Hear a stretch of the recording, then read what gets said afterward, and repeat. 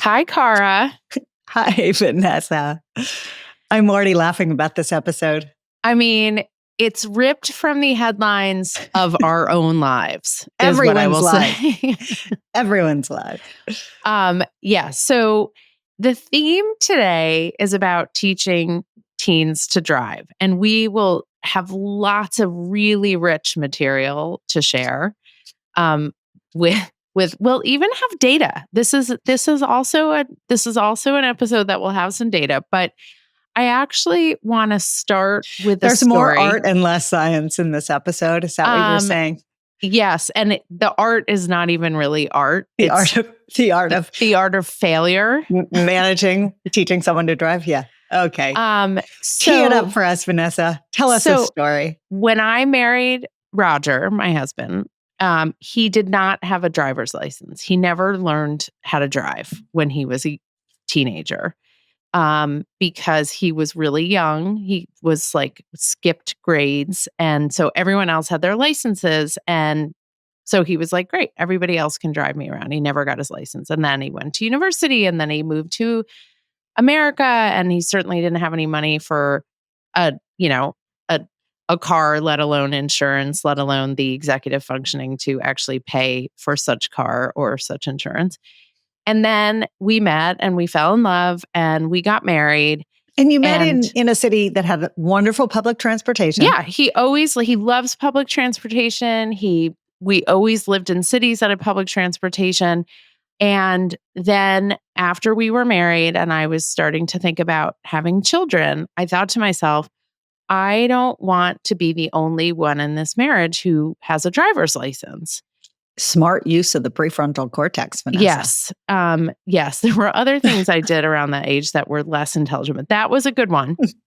And so my rule that I made was that I wouldn't agree to try to have a baby until he got his driver's license.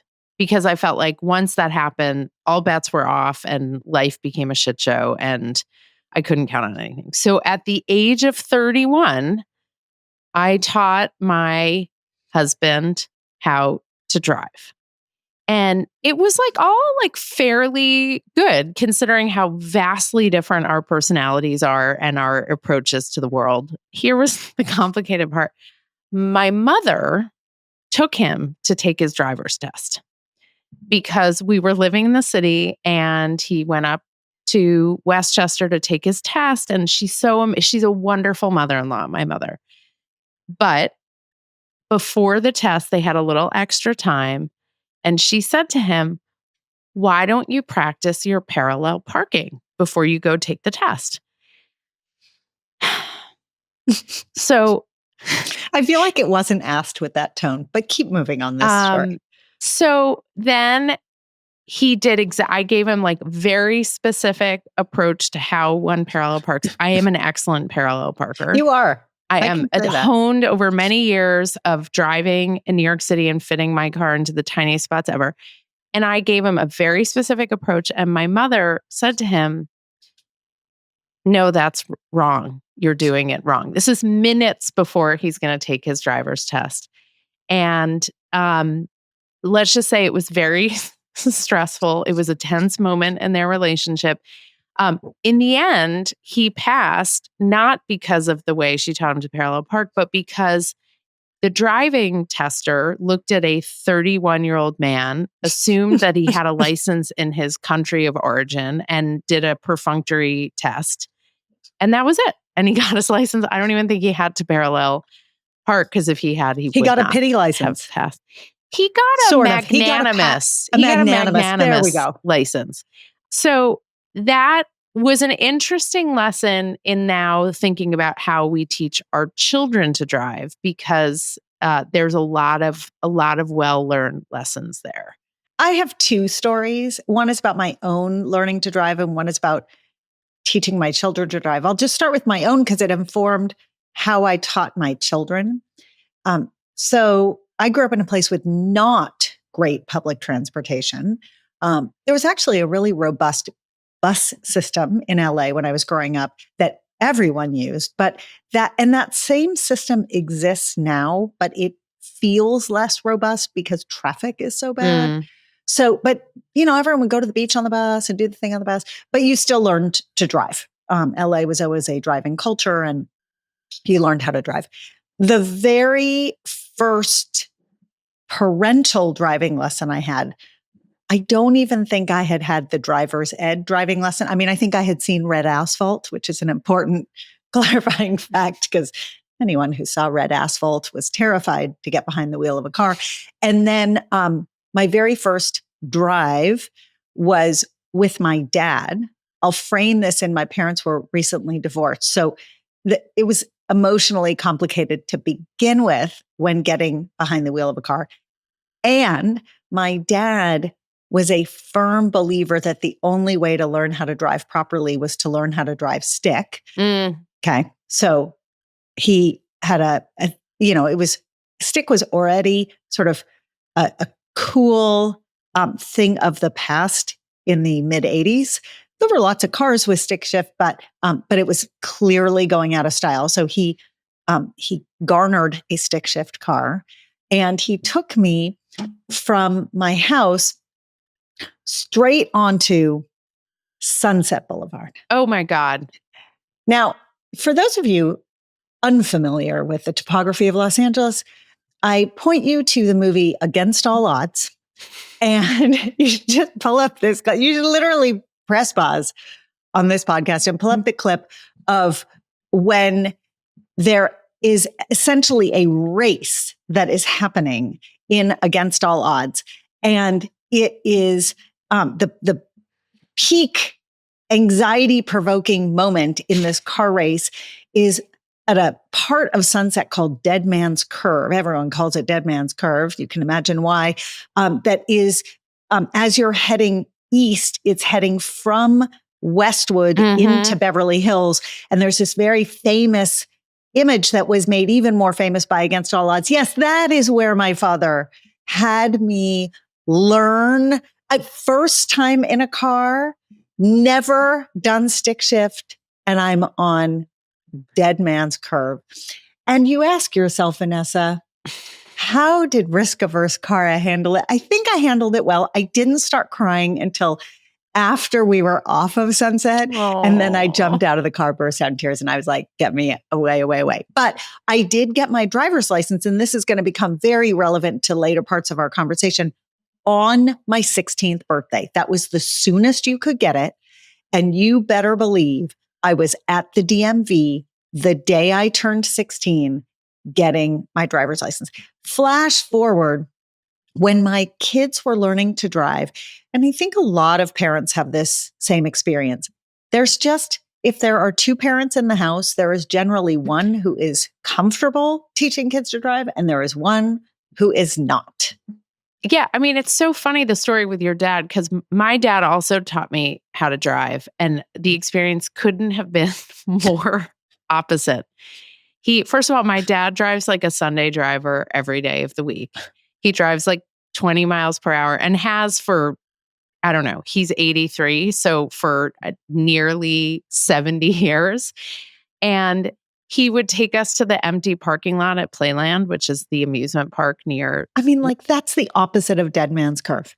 It's the opposite of Dead Man's Curve. Empty parking lot at Playland. At Playland, not in peak season. Like, it was empty. It was empty, and it was just us in our disgusting minivan with like rotting food in the back, which my brother Nick would like inevitably leave. And actually, the car was so disgusting that it was called the Shitmobile because it was like so vile, and also it was like falling apart.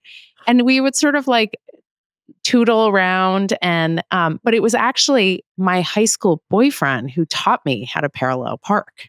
And that was interesting because I did not generally take instruction all that well from others, but he taught me in such a way. So it's a lesson about the role of peers in this whole process. True. I mean, my oldest friend, Lindsay, my best friend, will say, if she was on the podcast right now, she will say, I was the adult who taught her to drive. I'm 3 months older, and her parents were in no way wired to do it. And I was finally like, get in the driver's seat of my car. We are doing this. She was like, no, we can't do it. But I will say, flash forward to, it's fascinating. I am so risk averse, right? And I never would have thought I would have been the parent to teach my kids to drive, but I was 100% the one who was wired to do it. Right. And surprised? Obviously, Roger was not the one in my house to be the one to teach the kids to drive. And it's not like, I mean, I think I'm a safe driver, but it's not about. You're a good driver. I'm married to a very safe driver. He's just the anxiety of being in the front seat and not having his own gas and brake pedal and steering wheel. He lasted, I think, to the end of the driveway with Talia, with our oldest. Well, and it's like I did an Instagram video of it. It's like the imaginary brake that like they have to like hit, or it's like grabbing the handle, right? Grabbing the handle. And my mom makes fun of my grandmother for having done it. And then my mom started doing it to me. There's like these reflexes that we look for when we're teaching kids to drive. So of course, Cara, I said to myself, like, I'm going to be the chill parent. I'm not going to do any of those like herky-jerky things. We'll get back to whether I've actually successfully. Oh my God, that's so awesome. I meditated before every single little driving lesson. Oh, God bless you. It was really a great strategy. I strong recommend for anyone who meditates, do it before you get in the car with your kids. But it's really fascinating to, I feel like it taps into a part of your brain that really has never been exercised before. Are you going to be the one who's okay getting in the car or not? There is no judgment. If you are not the one, that is totally fine. Own it and let someone else who is the one, who is wired to be the one, do that kind of teaching. So we'll get back to the outsourcing in a second, because it's a complex topic. But one of the things that I wanted to bring up before we talk about how the hell do you teach teenagers how to drive is the fact that many fewer teens are now getting their licenses. And the data is actually kind of crazy.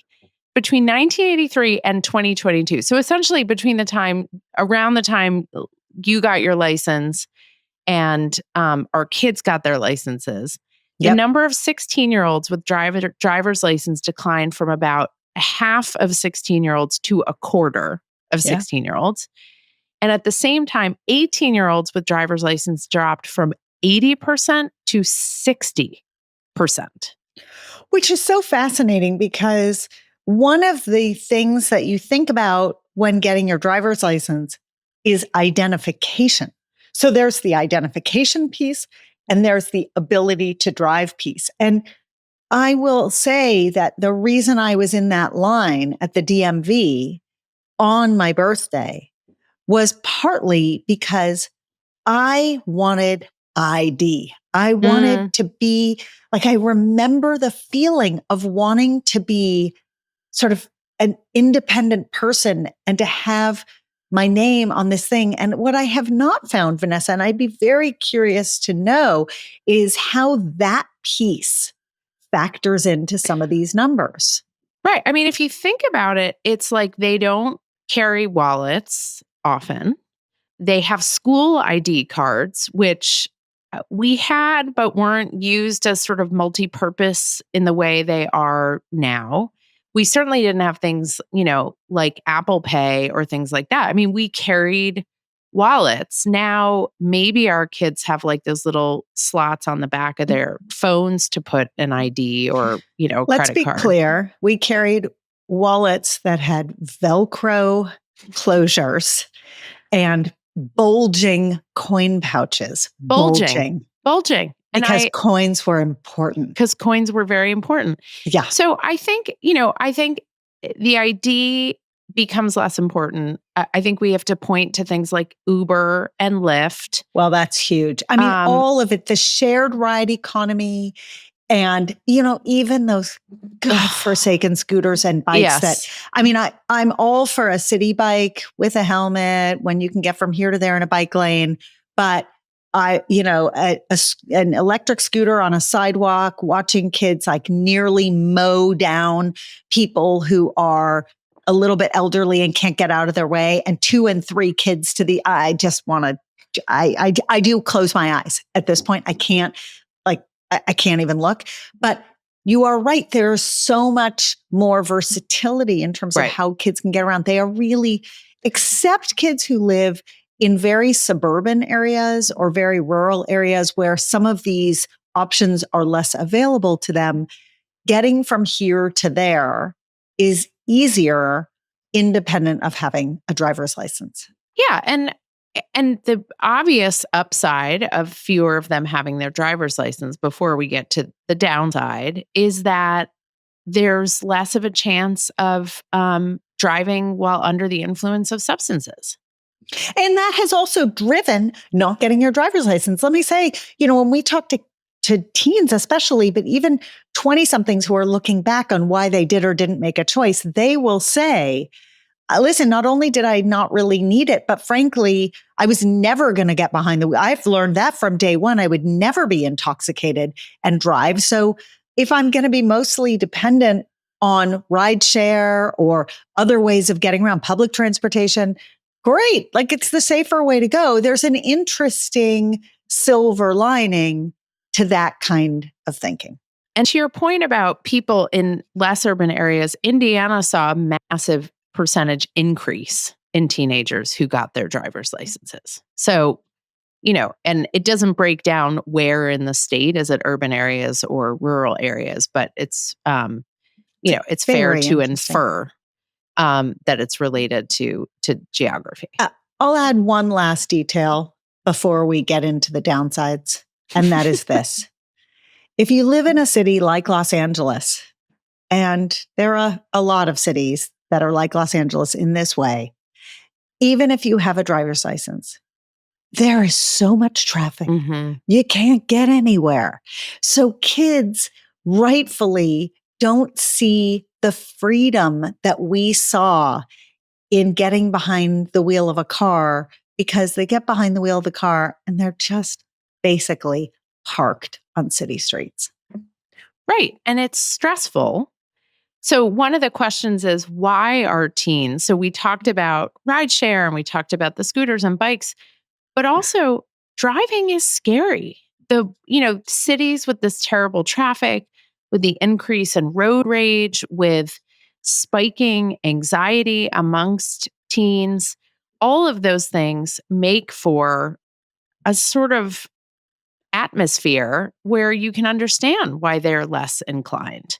So I get the stress. Like, driving is stressful. It's a big responsibility. You almost worry more about the kids who don't realize how big a responsibility is and how stressful it can be than the ones who do worry, except if that worry is getting in the way of them being willing to learn to drive, then that worry is interfering with, ordinary functioning in life. And let's face it, I think of knowing how to drive is akin to knowing how to swim. Like, it's a safety thing to me. It's a skill. It's a life skill that I think people should have, assuming that there are vehicles, that they are physically able with the vehicles available to them. I had a colleague when I worked at the Justice Department who was in a wheelchair, and he had a special, we would travel and he would rent minivans wherever we went that were accommodated his needs to be able to drive. And it was like amazing to see that example of someone who was like, oh, I'm not going to let this stop me. I'm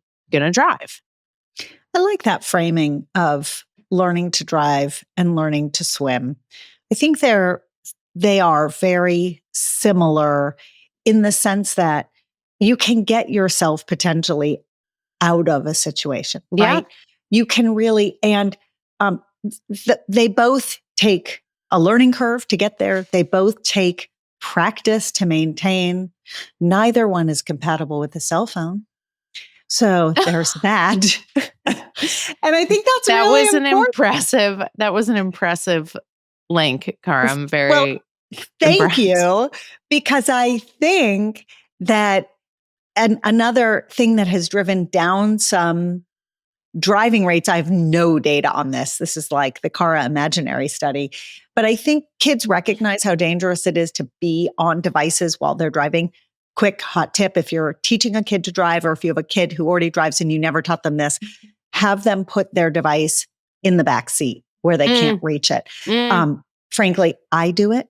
I really do it because that the pull to a screen to check that text, check an email, check whatever when you're in traffic and you're like, I'm not really moving, whatever, that draw is so enormous.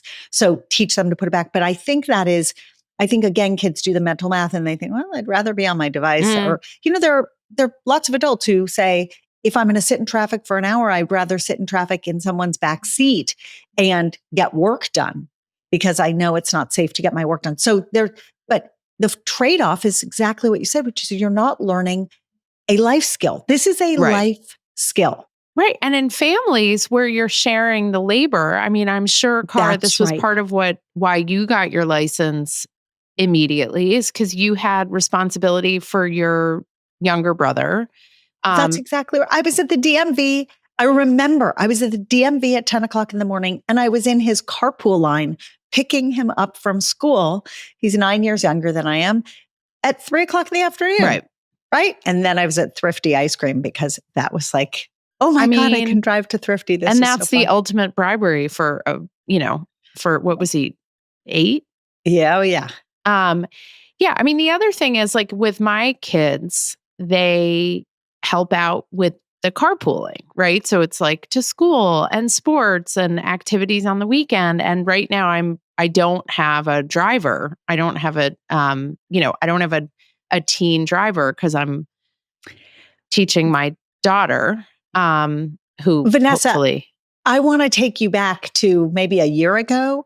We were speaking in the city. There were crazy storms. God. Yeah. You made the wise decision to not drive because it felt unsafe to drive. And you're like, I was staying in the city. You live outside the city. You said, I'm just going to take the train in and out. It feels safer. You took the train in. You got to our speaking speaking engagement like maybe 5 minutes before it started because it was raining so hard and it was so crazy. And that was fun because you were a little verklempt and I was like, this is great. Okay, this is so fun. We're going to get fun, Vanessa. And then you left and I think it took you like 3 hours to get home. It normally takes you an hour. A tree had fallen on the track. Yep. And you had almost no battery on your phone and you were completely stranded. And you were able to call one of your kids to come get you. Yeah. And he was so sweet. And, we were sort of strategizing and he came and he picked me up. And it was like this very sweet role reversal where he could take care of me in a way that I had spent years and years and years taking care of him, schlepping to all these places to get him. So there's a way where they can really help out if you have elderly parents, if you have other family members. I mean, I send my kids on errands all the time, but I'm currently in the process of having my daughter learn how to drive. And I have to tell you, Cara, one of the biggest challenges has been she is so busy that there was no time in her schedule for any extended period of learning to drive. Like literally we had to schedule in moments because she's so busy. And so part of what we'll get to the actual teaching to drive, but part of what it made me realize was like, I've been fighting against this overscheduling of my kids their whole lives. And yet here I was at this critical juncture and like, there was not time for her to learn to drive. Now, I do want to say there's a little bit of data on video gaming and driving skills. And they're better if they play video games? Yes. And she doesn't play any video games. Right. So to those of you who have gamers, especially people who play driving simulation games, there is a quicker learning curve for a lot of these kids. Often also involved like with shooter games, which my kids are not allowed to play. Like don't even get me started about all the reasons you may not have your kids on those games. This is not an endorsement. Just to say, a silver lining if your kids have ever played those games. And the same data or similar data shows airplane simulation, flight simulation on video games translates into that skill set. So if you look at people who are in flight school and things like that, there's some data there that shows. And that I've actually seen data that gaming makes people better surgeons, like people who have a lot of gaming experience. Yeah. And, we did do an episode where we talked a lot about skills that come from gaming, because gaming has, a lot of downsides to gaming, but also a lot of upsides, it turns out. And hand-eye coordination has been shown to be linked to gaming. And so that's in a beneficial way, which is great. Let's talk, Vanessa, about why it's hard to teach some kids to drive. I have 2 kids, as many of our listeners know, and teaching them to drive was completely different. These are different human beings, and how they felt on a road and behind a wheel was so fundamentally different. And I found that, I was not their only teacher. They went to driving school, thank God. And that I was for sure not the first person to take them on a freeway. That was very anxiety provoking for me as their teacher. But I was the first one to take them out on a city street. And they, they're so different. And the temperament that impacts the way that adults engage with them when they're behind a wheel. It's fascinating to me. And you have 4 kids. You're on kid number 3 in terms of teaching. And I have to guess it's been 3 radically different processes. Yeah. I think personality, temperament. I've actually been surprised at what kind of driver different kids are. But generally, it's a lot more about me and my reaction. It's like they are who they are. They're generally human beings with fairly good judgment and sort of ease. Like for the first few weeks of driving my daughter, we live in a neighborhood with very little traffic, and she would drive 9 miles per hour around the neighborhood. And it was really exciting when she got above 15. And if you met her, you wouldn't think she's a very lively, robust personality. And you would sort of imagine her sort of gunning it. And I don't know, it tracks 9 miles an hour with a gigantic smile on her face, engaging in conversation. That's what tracks. There was a lot of chatting. And then my calmest kid, actually, my second, who you've met if you listen to our episode with Bear and Rye, he finds driving very meditative. He loves driving and loves driving on his own, and really loved when he didn't have to drive his siblings because there was less chatter in the car. And he found it a time to sort of empty his brain and just sort of, he found it relaxing, which was sort of interesting to me. It's funny. One of the things my kids taught me when they were learning how to drive, I was very insistent they put their phone in the backseat or even in the trunk. You have to navigate sort of what to do when calls come in. My requirement was they ignore them because I didn't want them talking on the phone and being distracted in that way. It should be sort of meditative on the street. But one thing that they got me to understand was if they could set a playlist and just and they had different playlists for different drives. Right. The music would just go, and that helped them get to that sort of that meditative calm. I can focus on driving. Now, I tried to convince them to also incorporate interesting podcasts into their listening cycle. And their interest in that has been 0. But, we'll get there. Well, keep trying. Actually, having said that, so my oldest normally plays his music to the point where he's blowing out our speakers, which tracks personality-wise. But he had an hour and a half commute last summer to his internship. Now, he was 21, and a half at that point, and he decided, oh, I want to use this time to really learn. And he spent his drives listening to podcasts because he wanted to feel productive. But he was Then not he would 16. call me and ask me questions about nutrition and wellness because those were all the podcasts he listened to. Because those were and it all was the adorable. podcasts he was, yes. So Andrew Huberman featured significantly, as opposed to the texts that you receive from him, Cara, on a regular basis. My favorite was the recent one about saunas. That was It was very specific. hilarious. Yes. But Samson basically has a concierge doctor without paying a concierge fee is essentially what happens in my family. But he did use that opportunity. But when I start teaching my kids, there's no music. We sort of And that's correct. I don't want to say they're right ways, but that's the right way. Yes. Right. So we ease in with the music. And then when it feels like there's some confidence, then I put on a music sort of very low. And my daughter actually turned to me, not while she was driving. And she was like, did you purposefully introduce quiet music this morning? And I said, I did purposefully introduce quiet music this morning. And she was like, well played, Mom.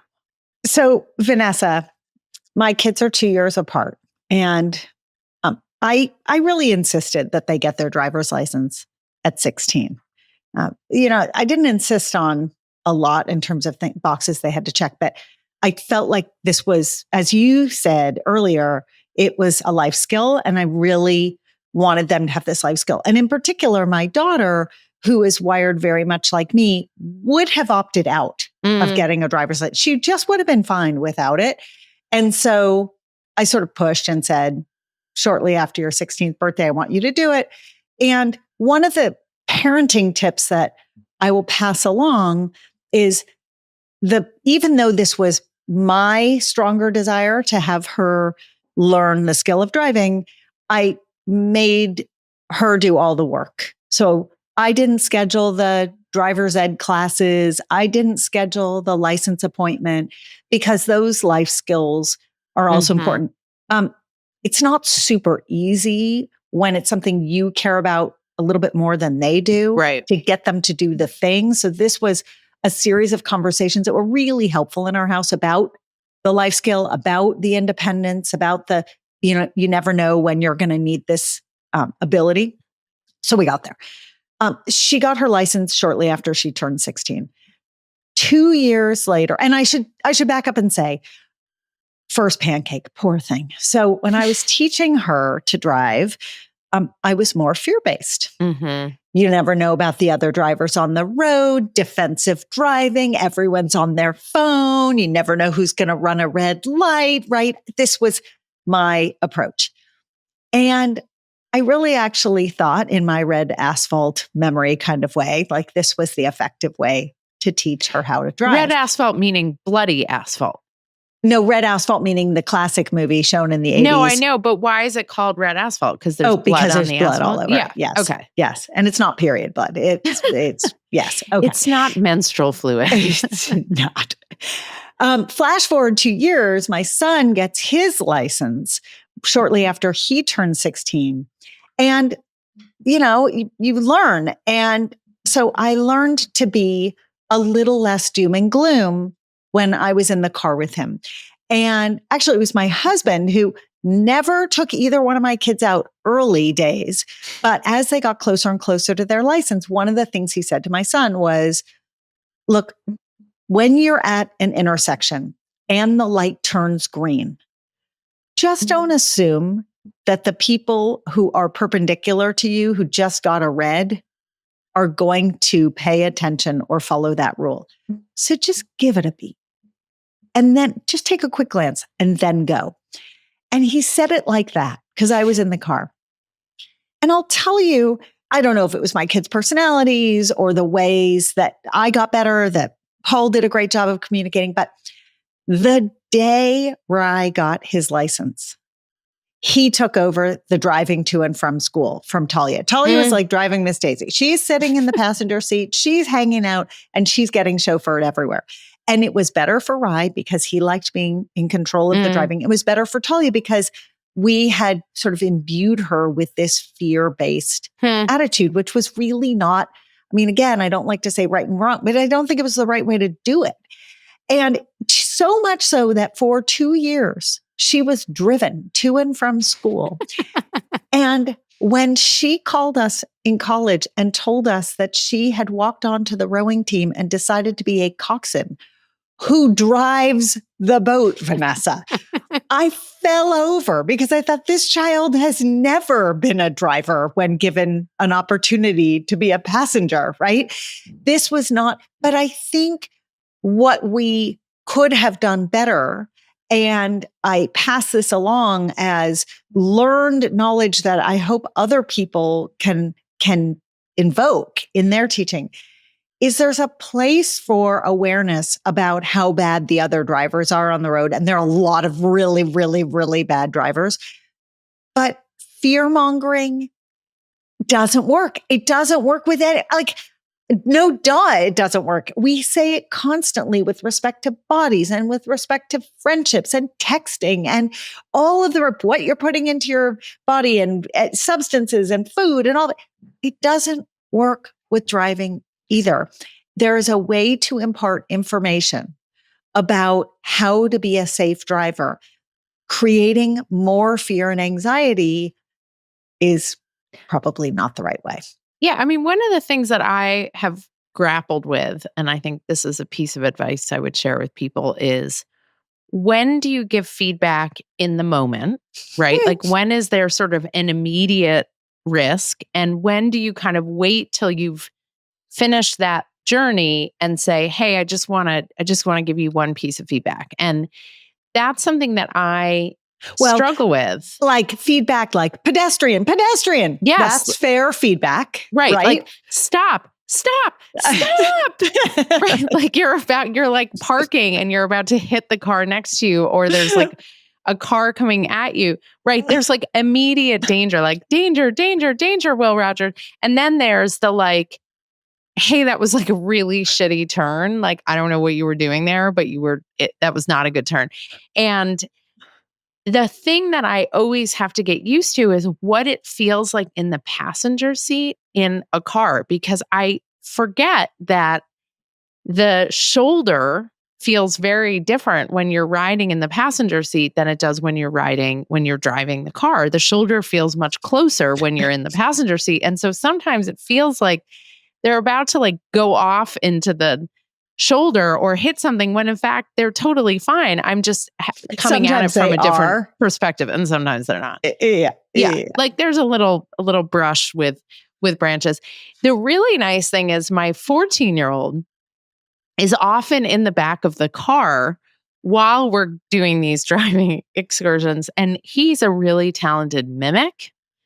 And so not only do I have the pleasure of teaching and giving guidance and reacting in moments of stress, but I then get to hear all of that echoed back to me from my 14-year-old who imitates me doing all of those things. So that's like an added joy to my experience of teaching.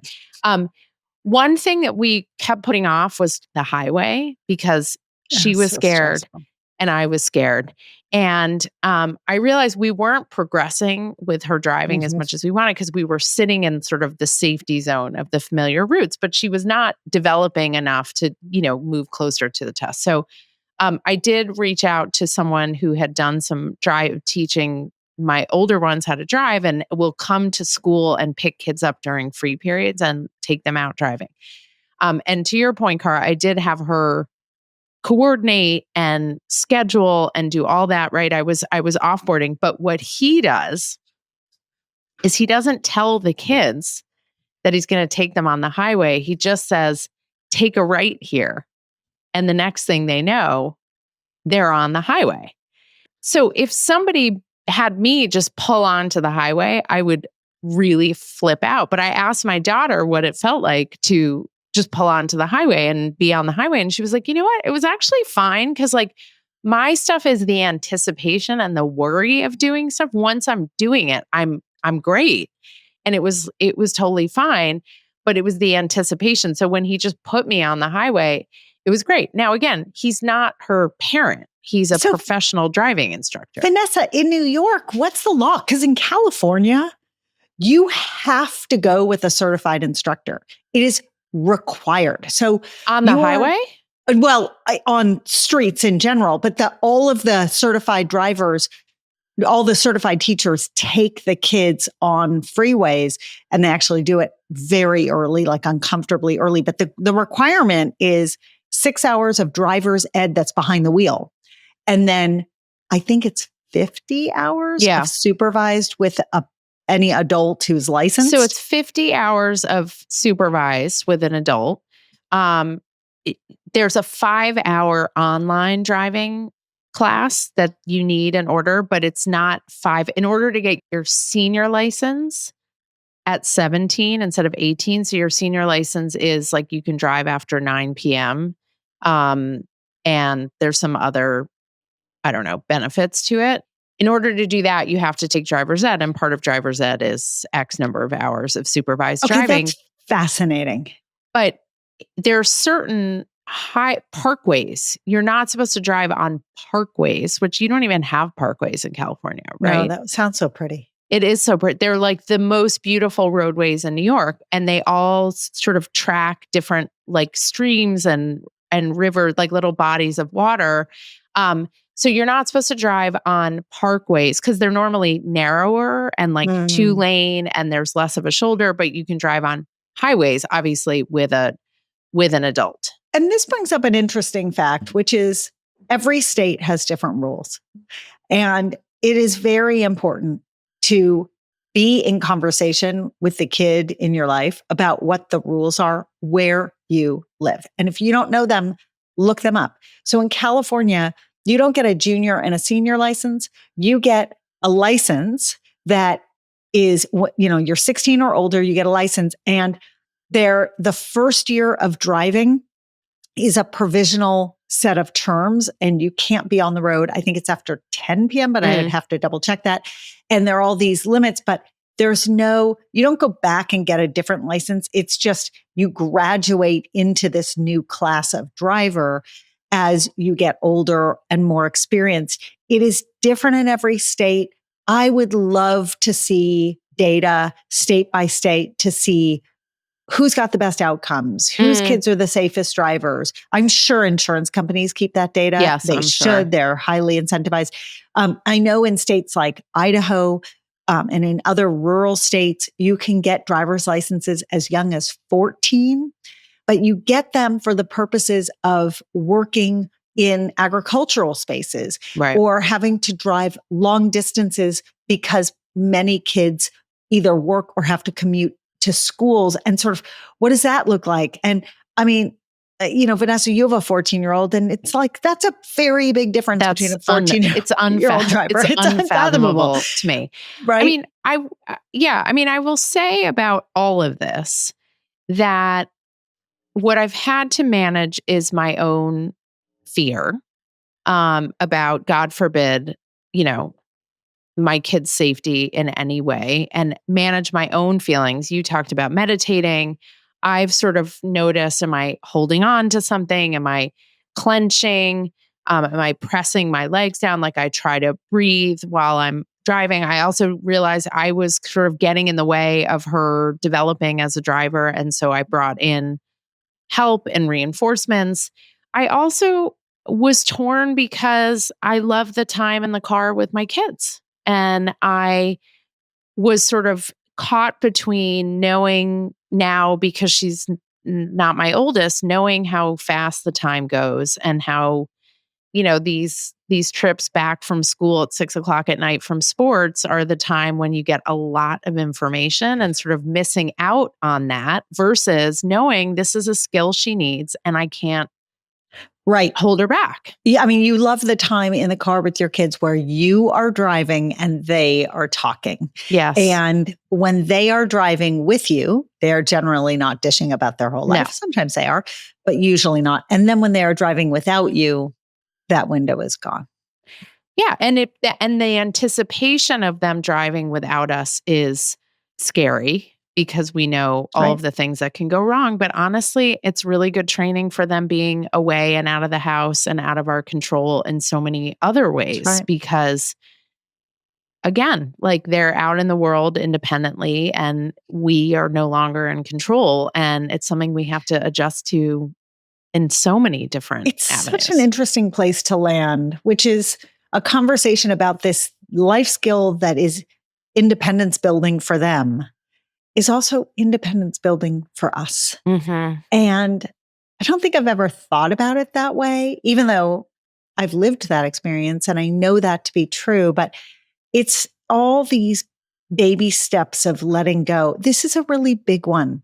This is one that is so terrifying because cars travel at high speeds, because bad things happen. There are massive consequences to not even being a bad driver, to being on the wrong road at the wrong time. This is a terrifying one. And yet it is as important a life skill for us in many ways as it is for them. And the conversations about never getting behind the wheel with any substances in your body, never getting in a car with someone else who has ingested substances, getting up the next morning and making sure that whoever's driving is safe, right? These are all additional conversations to have once you have a driver in your house. I mean, one of the things I really like about having teenage drivers is they are my designated drivers. Like I can go have a glass of wine at dinner and I have a designated driver. So that's like a little bit of a selfish reason. But it is a lot about letting go. It's a lot about letting them fly. Sometimes it's about pushing them out of the nest. I'm not going to lie.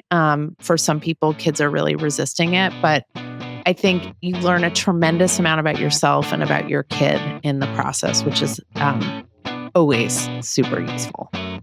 Oh, thank you, Vanessa. Thanks, Cara. Thank you so much for listening. You can email us with questions, feedback, or episode requests at podcast@lessawkward.com. If you want to learn more about what we do to make this whole stage of life less awkward for everyone involved, our parent membership, our school health ed curriculum, our keynote talks, and more are all at lessawkward.com. And if you want products that make puberty so much more comfortable, visit myumla.com.